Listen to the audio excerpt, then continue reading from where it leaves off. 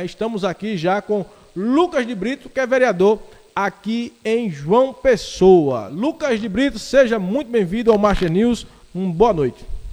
Boa noite, Luiz. Agradecer a toda a produção do programa, a oportunidade de estar aqui conversando com os paraibanos e trazendo um pouco de notícias do nosso mandato de vereador na capital e podendo comentar também todos esses fatos que não param de acontecer Brasil afora e que, obviamente, merecem uma reflexão de toda a sociedade sobre os avanços, sobretudo os avanços no combate à corrupção que o Brasil vem vivenciando nos últimos anos. Isso é notório e é, ao mesmo tempo, assim, um motivo de renovação de esperança. Às vezes a gente acha que a coisa está ruim, mas quando vê o combate à corrupção acontecendo, a esperança é renovada e a gente fica na expectativa de que o Brasil um dia, culturalmente, inclusive, melhore. Lucas já está aí ciente do que como vai começar a atividade nesse ano legislativo, porque me parece que só no dia 26, não é isso? Exato. A Câmara Municipal de João Pessoa optou por fazer o início dos trabalhos no dia 26, em razão de algumas questões estruturais do prédio, mas, inclusive, fomos contrários até a esse adiamento, mas a maioria prevaleceu e a gente confia que agora, no dia 26, os trabalhos sejam retomados e a gente possa estar produzindo em favor da população. Internamente, obviamente, os gabinetes não estão fechados. O nosso gabinete, por exemplo, Luiz, foi reaberto já no dia 7 de janeiro. Eu costumo dar apenas 15 dias de férias coletivas no final do ano, que aí engloba Natal e Ano Novo, a minha equipe, e normalmente os outros 15 dias são gozados a título de férias por cada um dos assessores em suas datas de preferência. Mas esse é o único período, esses 15 dias de Natal e Ano Novo, que o nosso gabinete parlamentar, ao longo desses anos todos em que sou vereador da cidade de João Pessoa, fecha. Só durante esses 15 dias. O resto do ano, de manhã até a noite, nós trabalhamos, produzimos, inclusive aproveitamos muito esse período de recesso para fazer visitas a órgãos públicos, a secretarias. Amanhã eu estou indo, por exemplo, ao Centro de Referência na Inclusão da Pessoa com Deficiência, ali no Pedro Gondi, que é um equipamento municipal, para, inclusive, solicitar junto à SEDES, Secretaria de Desenvolvimento Social, a ampliação dos serviços que são lá prestados para familiares de autistas, familiares de pessoas com outras síndromes, familiares de pessoas com as mais diferentes deficiências e que lá encontram um serviço público de qualidade, gratuito, à disposição. Lucas de Brito já carrega na sua mala muitos projetos, muitas vitórias, e eu gostaria de que usasse essa plataforma para dizer o que já teve de produção legislativa aqui na Câmara Municipal. A gente tem muito orgulho de ser, por exemplo, o iniciador do Aprendiz de Vereador. O Aprendiz de Vereador é um projeto que nós iniciamos no ano de 2015 e que consiste num estágio visita de 3 semanas de duração. Estudantes universitários têm a oportunidade de fazer as vezes de vereador. Eles, durante 3 semanas, são apresentados a todos os setores da Casa de Napoleão Laureano, conhecem o funcionamento de perto das comissões, do plenário, das votações e ficam lotados nos gabinetes dos parlamentares. Eu costumo dizer que o aprendiz de vereador, ele fortalece a nossa democracia municipal à medida que aumenta a participação de universitários na política, porque eles têm a oportunidade de também fazer projetos de lei, requerimentos, indicações, mas também aumenta a transparência. São jovens, curiosos, que são selecionados por servidores efetivos da Câmara, num processo seletivo simplificado, e eles vão ser lotados nos gabinetes de acordo com sua preferência. Então, é comum que nós recebamos em nossos gabinetes parlamentares jovens que nós nunca vimos na vida anteriormente. E eles são os olhos da cidade de João Pessoa, acompanhando de perto tudo o que está acontecendo lá dentro da Câmara Municipal de João Pessoa. Então, o aprendiz vereador traz mais participação, mais transparência, fortalece a nossa democracia municipal, e eu fico muito feliz de ter iniciado isso lá em 2015, de ter perseverado na ideia, de ter visto em 2017 o programa ser ampliado e se tornado institucional. Hoje é um programa da Câmara Municipal de João Pessoa. São aproximadamente 10 vereadores que já aderiram ao programa e também abrem as portas dos seus gabinetes para recepcionar esses jovens universitários.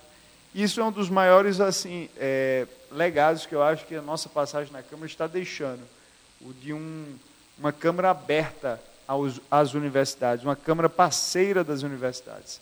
Uma parceria que também foi ampliada, aproveitando o espaço, Luiz, para falar da rede Intelicidades, a parceria política e academia, ou seja, Câmara Municipal de João Pessoa e Universidade Federal da Paraíba e outras instituições de ensino superior da nossa cidade, está bem fortalecida a partir do projeto Rede Intelicidades. É um projeto que nós também fundamos, participamos da fundação em nome da Câmara Municipal de João Pessoa, e que se preocupa em tentar fazer com que a gestão pública absorva o máximo possível de tecnologia para tornar a nossa cidade uma cidade mais inteligente, mais tecnológica e, por consequência, mais sustentável. Então, a Rede Intelicidades tem promovido seminários bimestrais em diferentes instituições de ensino superior, tem convidado pesquisadores para apresentarem os trabalhos e as pesquisas que eles desenvolvem, e tem sido também uma parceria muito exitosa da Câmara Municipal de João Pessoa. Eu tenho orgulho de trazer ainda no meu portfólio de atuação parlamentar o fato de ser o autor da lei que viabilizou o aplicativo Mudamos na nossa Câmara Municipal. João Pessoa se tornou a primeira cidade do Brasil a utilizar um aplicativo em sua Câmara Municipal para facilitar a participação do cidadão através de um smartphone ou mesmo através do computador, da rede mundial de computadores, na formação das nossas leis municipais. O aplicativo Mudamos pode ser baixado no seu celular, no seu smartphone, e você, através do aplicativo Mudamos, pode encaminhar um projeto de lei de iniciativa popular. E também, através do aplicativo, pode coletar assinaturas para esse projeto. Então, tudo isso foi viabilizado a partir de uma lei municipal, também de minha autoria, no ano de 2015. São exemplos que eu tentei trazer aqui de conquistas que deixam algum tipo de legado, que vão ficar, independentemente de quanto tempo nós permaneçamos na Câmara Municipal, mas vão ficar para beneficiar a cidade de João Pessoa. Isso é importantíssimo. Eu conversava hoje exatamente sobre esse tema, né, fazer com que possamos continuar construindo. Não adianta você colocar hoje aqui um tijolo e amanhã alguém que lhe substituir tirar aquele tijolo e colocar outro. Na verdade, é preciso que um tijolo seja colocado, né, de maneira sobreposta até que algo possa ser de fato construído, né? Então, o que falta hoje nos nossos gestores, nos nossos parlamentares, é essa visão, né, de continuidade, da continuidade. Fazer um legado a partir de outro legado, e aí a gente vai fazendo uma construção de uma sociedade muito melhor, um planeta melhor, de um estado melhor, enfim. Você tem que tem que fazer parte desse processo ativo, né? Tem gente que ainda não entendeu. Nós noticiamos, inclusive na semana passada, que o vereador Lucas de Brito esteve fazendo uma visita na CEINFRA. Essa visita teve motivos especiais? Sim, nós percebemos que agora, com as chuvas que caíram em nossa cidade, houve vários pontos de alagamento ainda na capital. E fomos em loco ao órgão de maior responsabilidade no município em relação a isso, que é a CEINFRA, verificar que tipos de ações estavam sendo planejadas e quais as razões de aqueles alagamentos estarem acontecendo. Aqui na Tito Silva aconteceu, foi bastante divulgada também uma fotografia de um carro que foi praticamente tragado por uma grande cratera que se formou ali nas imediações da Avenida Epitácio Pessoa. Houve também, por parte de alguns cidadãos mais irreverentes, inclusive a utilização, o uso de caiaque para se deslocar ali no bairro da Torre. E nós vamos ver qual a razão ainda de haver, em pleno século XXI, na nossa cidade de João Pessoa, esse tipo de alagamento. Aí percebemos, em primeiro lugar, que realmente João Pessoa, por ser inclusive uma cidade antiga, ainda está dotada de muitos canos de drenagem das águas pluviais, de espessura curta, incompatível com o crescimento que a cidade experimentou nos últimos anos, e é uma obra, e é um tipo de iniciativa que a prefeitura não pode adiar, precisa enfrentar mesmo. Além disso, tem um pouco a questão cultural. Muita gente ainda descarta lixo nas ruas da nossa cidade. Então, quando a água da chuva vem, acaba arrastando para esse sistema de drenagem também esse lixo que se acumula, que entope, que acaba dando o refluxo que faz com que haja o alagamento. E fiquei feliz assim de ver que a CEINFRA não estava inerte. A secretária Sachenka me apresentou um plano de ação de várias iniciativas que estão acontecendo concomitantemente na cidade de João Pessoa para amenizar esse tipo de problema. E nós fomos também cobrar, cobrar que haja esse tipo de resposta pronta à cidade de João Pessoa, para que a gente não tenha problemas no trânsito, problemas, inclusive, patrimoniais a algumas famílias pessoenses em razão desses alagamentos. Inclusive, eu faço uma anotação, já que nós estamos com o vereador e ele tem esse poder, né, de estar fiscalizando o executivo, que não só nas questões de alagamentos é preciso ter um pouco mais de atenção. No que concerne a mobilidade urbana, não cai uma chuva em João Pessoa sem que os semáforos não parem, né, não se desliguem ou não fiquem ali inoperantes. Verdade. E aí, diante da realidade que nós temos já diariamente, que é um inchaço, né, no número de veículos. E se não chover, de qualquer modo, vai ter ali um número de veículos que ocasionam engarrafamento por nada. Não precisa ter acidente, não precisa ter nada. Depois nós temos os alagamentos. E aí, com a colaboração dos semáforos, me parece que a coisa... Vira o caos. Vira o caos. Também pretende fiscalizar nesse sentido?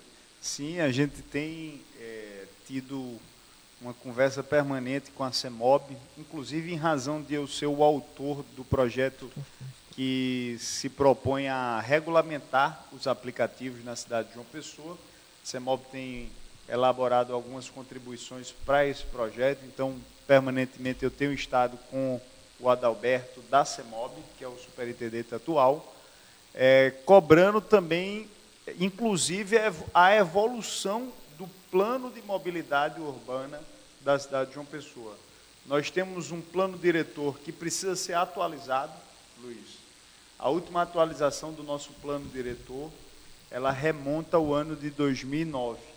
E existe uma lei federal no caso, o próprio Estatuto da cidade, que obriga todos os municípios, isso se aplica com muito mais ênfase às capitais, aos municípios de grande porte, de médio porte, como João Pessoa, a obrigação de atualizar a cada 10 anos o plano diretor da cidade, para que haja um planejamento do crescimento urbano, um planejamento do desenvolvimento da nossa cidade, do desenvolvimento urbano, com uma preocupação especial para a questão da mobilidade, para a questão da moradia, para a questão também da preservação do meio ambiente. Nós temos uma cidade, do ponto de vista da natureza, que foi assim agraciada, que tem essa beleza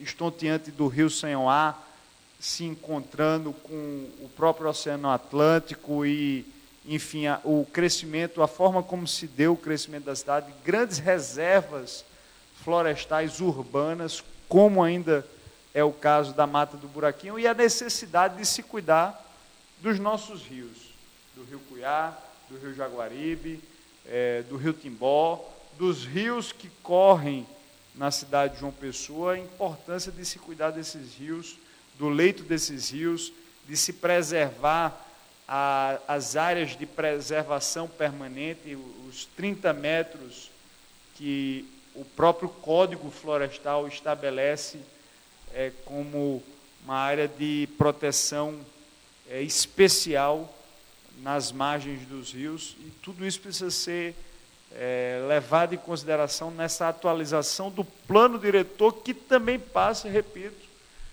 pelo plano de mobilidade urbana. Nós ainda não temos um plano municipal de mobilidade urbana, está em elaboração, e que ele precisa avançar, inclusive, para dotar a nossa cidade de outras alternativas que não seja no quesito transporte de massas, no quesito transporte público coletivo, que não seja exclusivamente o ônibus, seja BRT, o Bus Rapid Transit, ou o VLT, o veículo leve sobre trilhos. Isso precisa sair do papel. Isso já vem sendo discutido há alguns anos, e a cidade de João Pessoa aguarda, inclusive, que através desses investimentos aí do BID, do Plano Cidade Sustentável, os 100 bilhões de dólares que vão aportar na nossa capital a título de investimento. João Pessoa é uma das 6 cidades do Brasil que conseguiu preencher todos os pré-requisitos para receber esse tipo de investimento do BID, com juros subsidiados. Realmente é uma oportunidade vantajosa para a nossa cidade de João Pessoa estar inserido nesse processo, mas a gente tem que aproveitar bem a oportunidade. Não pode deixar a oportunidade bater a nossa porta, passar e a gente... E aí, ficou com nada? Não. Esse planejamento do desenvolvimento da cidade e com a preocupação com a sustentabilidade, com a mobilidade urbana, precisa acontecer. Eu vou deixar uma pergunta que pode ser... A resposta pode ser óbvia. Inclusive, o nosso telespectador pode, inclusive, achar que a pergunta já tem resposta e que é inoportuna, mas eu vou contextualizar. Vou fazer a pergunta e vou contextualizar.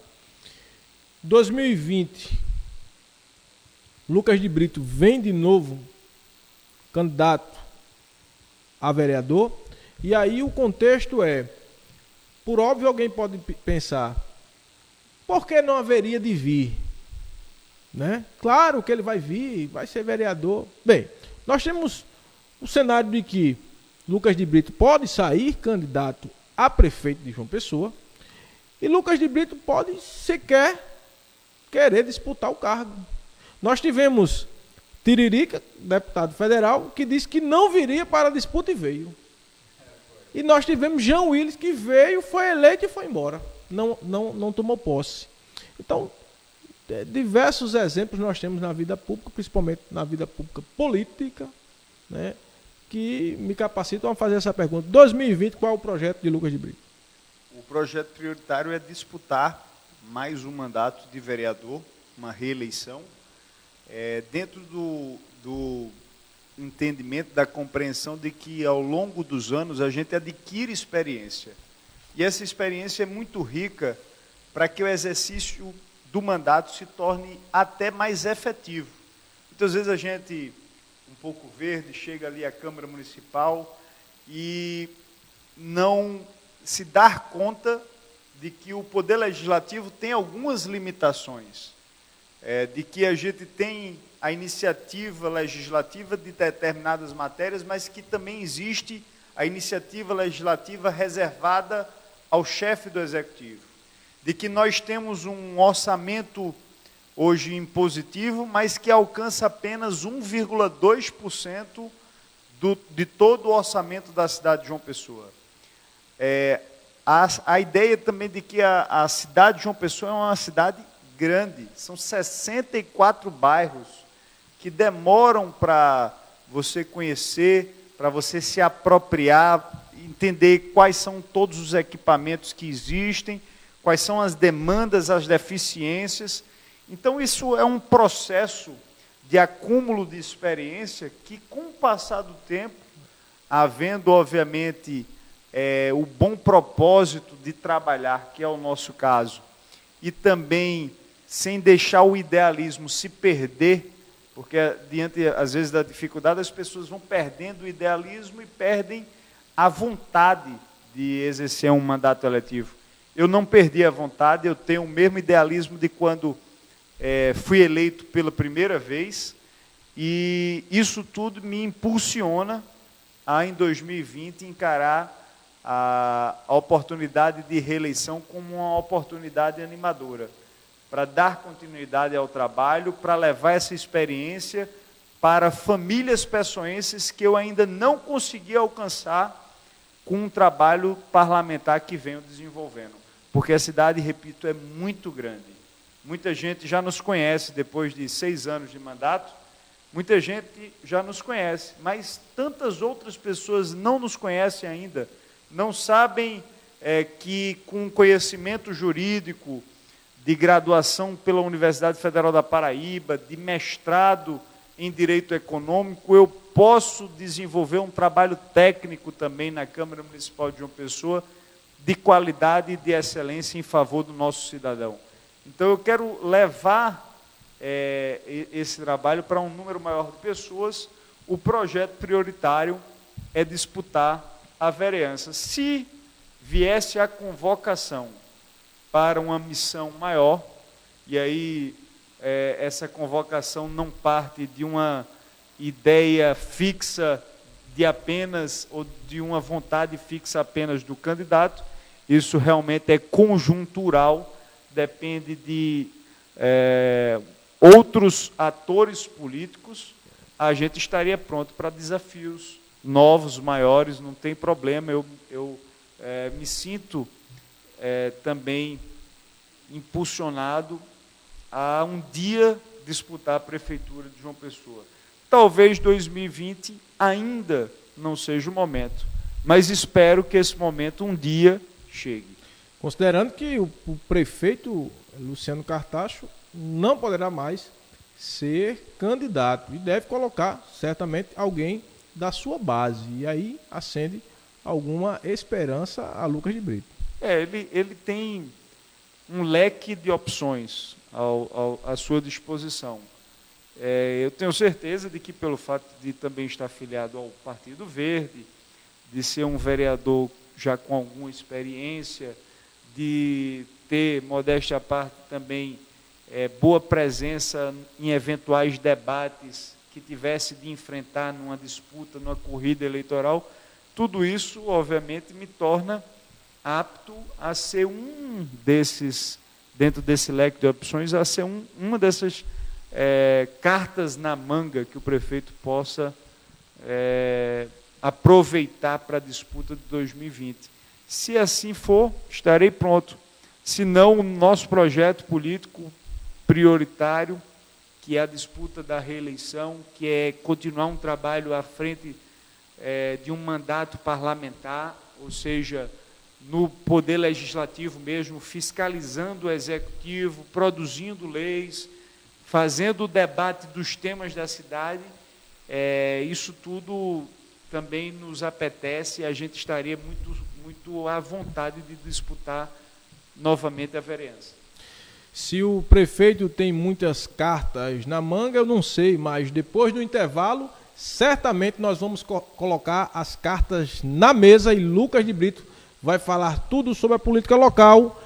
Voltamos aqui comigo, Luiz Pereira, no Master News, batendo um papo com o vereador da capital, Lucas de Brito, que parece até que é meu parente, que é Lucas de Brito Pereira. Ele veio acompanhado, inclusive, de Daniel Lima, que também é Pereira, um dos seus assessores que já está aqui nos estúdios. Vereador, vamos analisar o cenário estadual? Vamos lá. Já conseguiu avaliar, ou tem condições de avaliar, esse pouco mais de 45 dias do governo João Azevedo? Esses 45 dias do governo João Azevedo coincidiram com o desencadeamento da Operação Calvário. E a primeira impressão que a gente está ficando em relação ao governo é que o governo ainda está muito preso ao ex-governador Ricardo Coutinho e às decisões ou determinações que o ex-governador apresenta.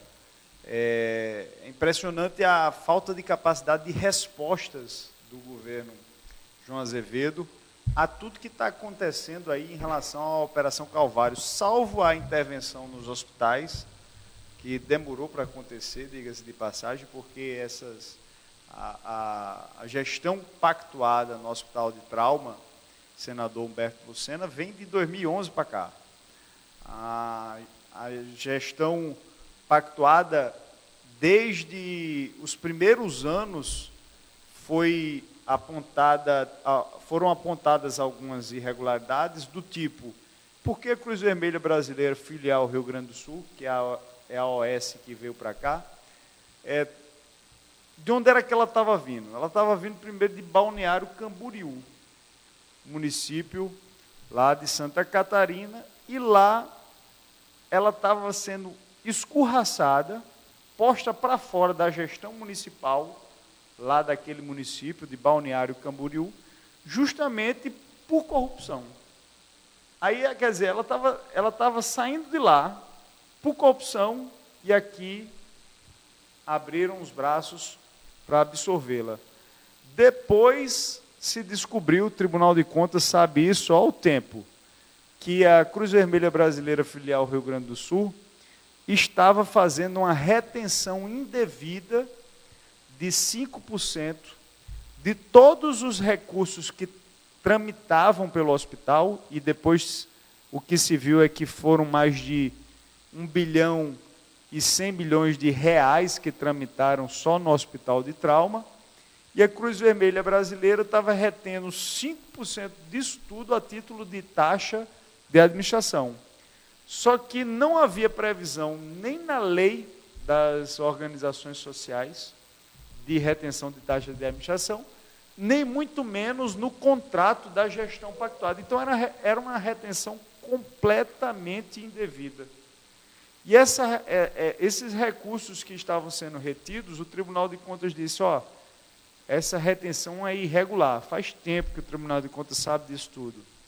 É até estranho que tenha demorado tanto tempo sem fazer nada e que a solução comece a vir do Rio de Janeiro para cá. Então, leva a crer que não sabia disso, né? Só pegou o bonde andando aí. Pode ser que tenha pego o bonde andando e tenha aproveitado o momento para dizer: eu já sabia. Ou sabia e nada fez. Foi conivente.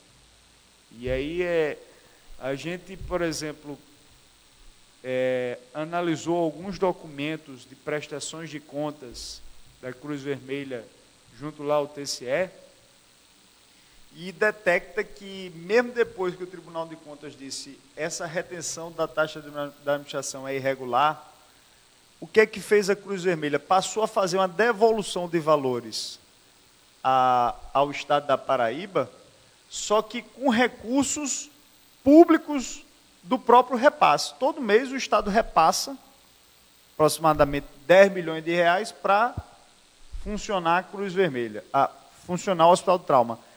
A Cruz Vermelha estava pegando esse dinheiro e fazendo uma reposição ao Estado do que ela tinha se apropriado de forma privada indevidamente. Então, era uma mistura muito grande do público com o privado.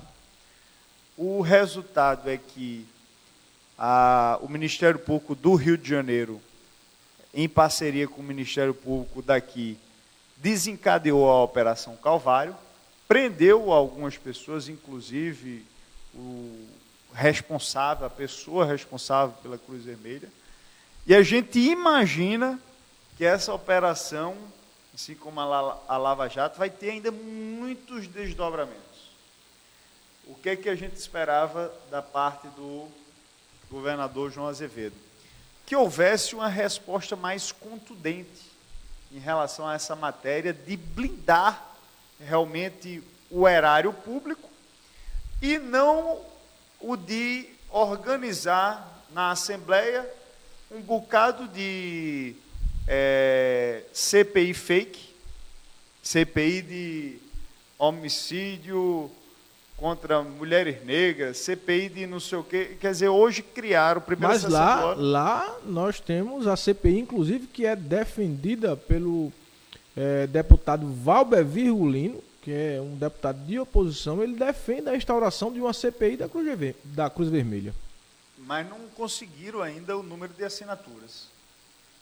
A CPI da Cruz Vermelha não conseguiu se instalar por falta de assinaturas e talvez não consiga mais se instalar porque o governo manobrou para que os deputados de sua base solicitassem a abertura de 3 outras CPIs, e existe a regra regimental de que só podem funcionar 3 CPIs ao mesmo tempo. Então, eles criaram lá uma estratégia, uma manobra, uma chicana para impedir que o Poder Legislativo desse a sua contribuição. De qualquer forma, a gente sabe que no Poder Legislativo não haveria a investigação com a força que pode haver por parte do Ministério Público, por parte que é de onde a gente espera da Polícia Federal, realmente apareçam os elementos e as responsabilizações correspondentes. Mas qual tem sido a resposta do governo João Azevedo para a questão da Cruz Vermelha? Simplesmente fingir que não é com ele, fingir que não é com o governo, fingir que não são com os gestores que continuam ocupando os cargos da administração, fingir que não é um governo de continuidade e ainda manobrar para não se investigar por outros órgãos, como é o caso da Assembleia Legislativa. Então, a gente, fora isso, não dá para apreciar ainda, analisar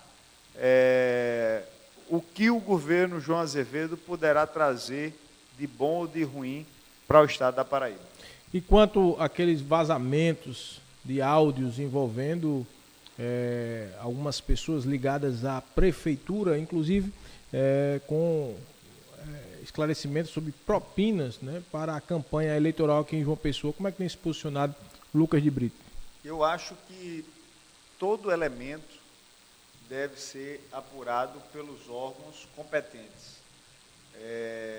Até onde eu sei, essas conversas que foram vazadas não estariam ainda inseridas em nenhum tipo de procedimento investigatório, nem nada.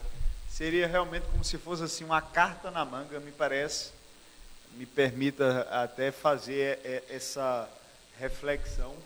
Me parece que é como se o grupo socialista, ou o governo socialista, tivesse isso como carta na manga para apresentar no momento em que precisasse desviar o foco das atenções. Quer dizer, quando uma operação é desencadeada, a Cruz Vermelha, a Operação Calvário, a discussão, inclusive, das OS também na educação, não se restringem à saúde. O governo Ricardo, contraditoriamente, é o governo que mais se autoproclamava socialista, mas foi talvez o que mais terceirizou serviços como saúde e educação na história do estado da Paraíba. Terceirizou saúde, terceirizou a educação, a segurança pública não investiu. Então, a gente percebe que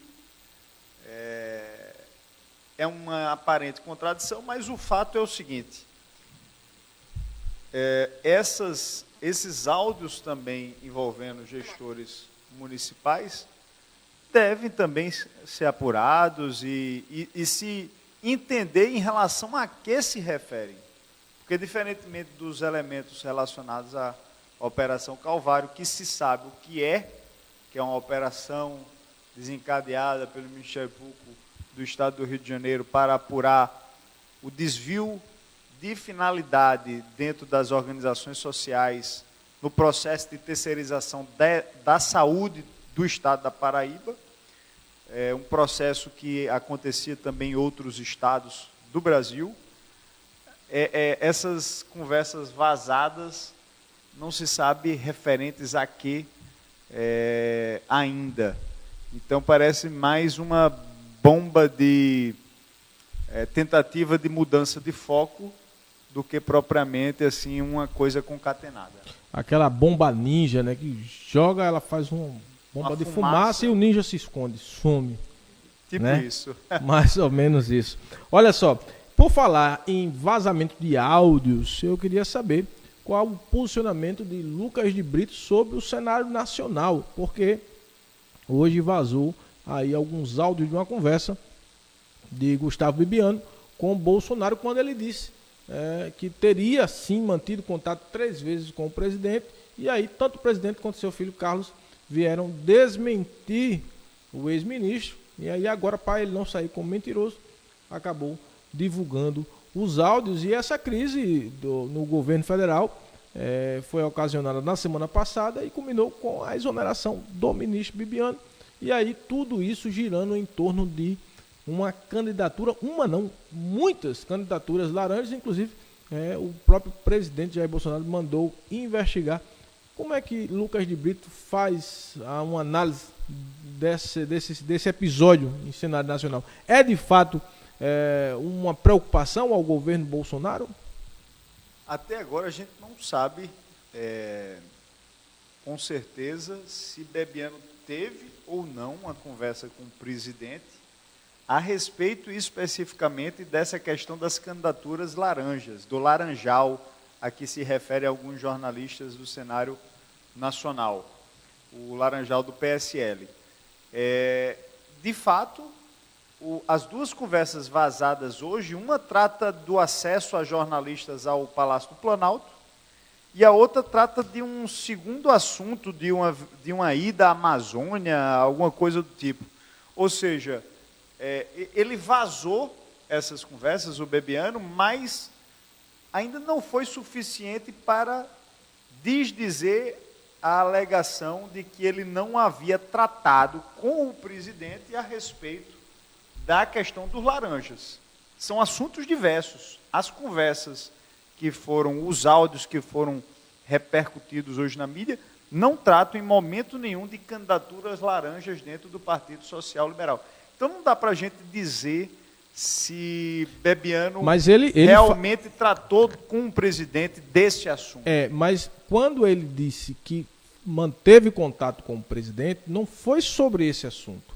Ele falou sobre uma possível crise no governo. E aí ele desmentiu, ele afastou a ocorrência de uma crise, dizendo que manteve, inclusive, contato com o presidente por 3 vezes. Ele não chegou a dizer o conteúdo dessa conversa. Mas aí é que está. Veja a cronologia dos fatos.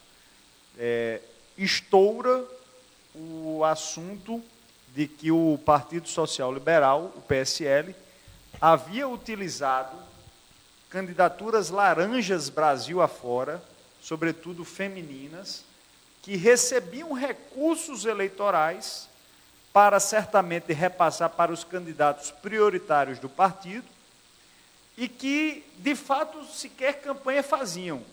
Tinham 100 votos, 50 votos. O caso da Lourdes Paixão, lá de Pernambuco, que é o mais emblemático, ela recebeu R$400 mil e teve 200 votos para deputada federal. Então, quando perguntaram a Bebiano, você era o presidente nacional do PSL, e isso aconteceu sob a sua presidência partidária. Isso não gera uma crise no governo, não? O que é que o senhor tem a dizer sobre isso? Na minha ótica, Bebiano cometeu aí um equívoco muito grave, o de tentar se livrar do problema, puxando para o problema o presidente da República. Ele disse, não tem crise nenhuma, eu já tratei com o presidente 3 vezes, ficou no ar sobre o assunto, sobre a questão dos laranjas, aí Carlos Bolsonaro, filho do presidente, que o acompanhava ali nos momentos prévios à própria cirurgia, a que ele se submeteu, disse, não houve esse contato de Bebiano com meu pai sobre esse assunto, não, ele é um mentiroso, está puxando meu pai para um problema que não é do meu pai, que não é do presidente da República. Aí criou-se aquele mal-estar. Moral da história, Bebiano disse que não mentiu, mas hoje os áudios que ele vazou não mostram ele tratando do assunto dos laranjas com o presidente. Então continua como se ele estivesse mentindo mesmo. Até que ele prove o contrário. O que prevaleceu, o que tem prevalecido é de que o ex-ministro Gustavo Bebiano mentiu e traiu a confiança do presidente à medida que procurou colocá-lo no centro de um problema que o presidente disse que não deveria estar, porque o presidente partidário não era Bolsonaro. Bolsonaro era o presidenciável, era o candidato. O presidente do partido era Gustavo Bebiano. Era a ele que estavam sendo pedidas respostas. Era a ele que estavam sendo pedidos esclarecimentos.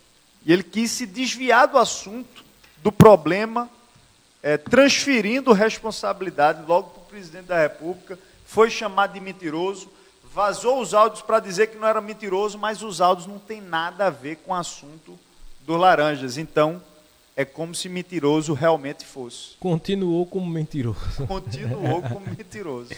Eita, Gustavo Bebiano para dar trabalho, rapaz. Vamos falar um pouco aqui, bem rapidinho, que já está chegando ao final do nosso programa de hoje. Bem rapidinho aqui sobre a reforma da Previdência. Lucas de Brito é contra ou a favor dessa idade de homens para 65, mulheres para 62 anos. E aí um momento, um tempo de transição aí de 12 anos. Como é que o Lucas está vendo essa reforma da Previdência? Vê só, Luiz, o fato é que a nossa expectativa média de vida no Brasil tem crescido. Isso é indiscutível. E se tem uma população que está envelhecendo e que vive dos benefícios previdenciários, das aposentadorias, obviamente você precisa reequilibrar o sistema, aumentando o tempo de contribuição das pessoas. Eu só acho que precisaria haver maiores esclarecimentos no que diz respeito às grandes dívidas que o governo federal, me parece, continua sem querer cobrar, inclusive de bancos, em matéria previdenciária, e uma análise mais aprofundada de qual é o real déficit da Previdência Social e quais são as razões desse déficit. Antes de você penalizar o contribuinte brasileiro, o cidadão médio, aquele que trabalha para pagar um governo muitas vezes ineficiente, e que ainda tem agora que arcar com uma carga de contribuição previdenciária maior e por mais tempo. Antes de fazer tudo isso, eu acho que o governo precisaria dar respostas mais claras à população brasileira acerca das reais razões desse déficit previdenciário, o que é que se fez com esse dinheiro da Previdência? Quantas GEAPs da vida, quantos fundos previdenciários não tiveram seus recursos desviados para outras finalidades, e agora a gente, como cidadão, repito, médio brasileiro, como cidadão comum brasileiro, vai ter que pagar essa conta. Então, eu não desconheço que a idade do povo brasileiro, a faixa etária, o envelhecimento da população leva a uma necessidade de nova discussão sobre a idade da aposentadoria. Não desconheço isso, mas acho que se for feito sem uma prévia discussão, uma ampla discussão acerca das razões do déficit, de formas de recuperar o déficit, dos grandes devedores hoje da Previdência, você está querendo solucionar o problema de uma forma não completa e até tratando do assunto sem colocar todas as cartas sobre a mesa. Eu não me sinto ainda 100% à vontade para dizer que eu votaria favorável a essa reforma, não. Eu sou sincero. Eu não me sinto à vontade, sem essas informações que eu acho imprescindíveis, para dizer que eu daria o meu voto, se deputado federal, ou se senador da República, se congressista fosse, eu ainda não teria voto, convicção formada sobre a reforma da Previdência, exigiria do governo federal, do ministro da Previdência, dos setores responsáveis, mais esclarecimentos, mais informações. Eu ia pedir para ver esses números de perto, para poder, enfim, dar um voto com a consciência tranquila de que não estaria transferido um problema para o povo brasileiro que talvez não tenha sido causado pelo povo brasileiro.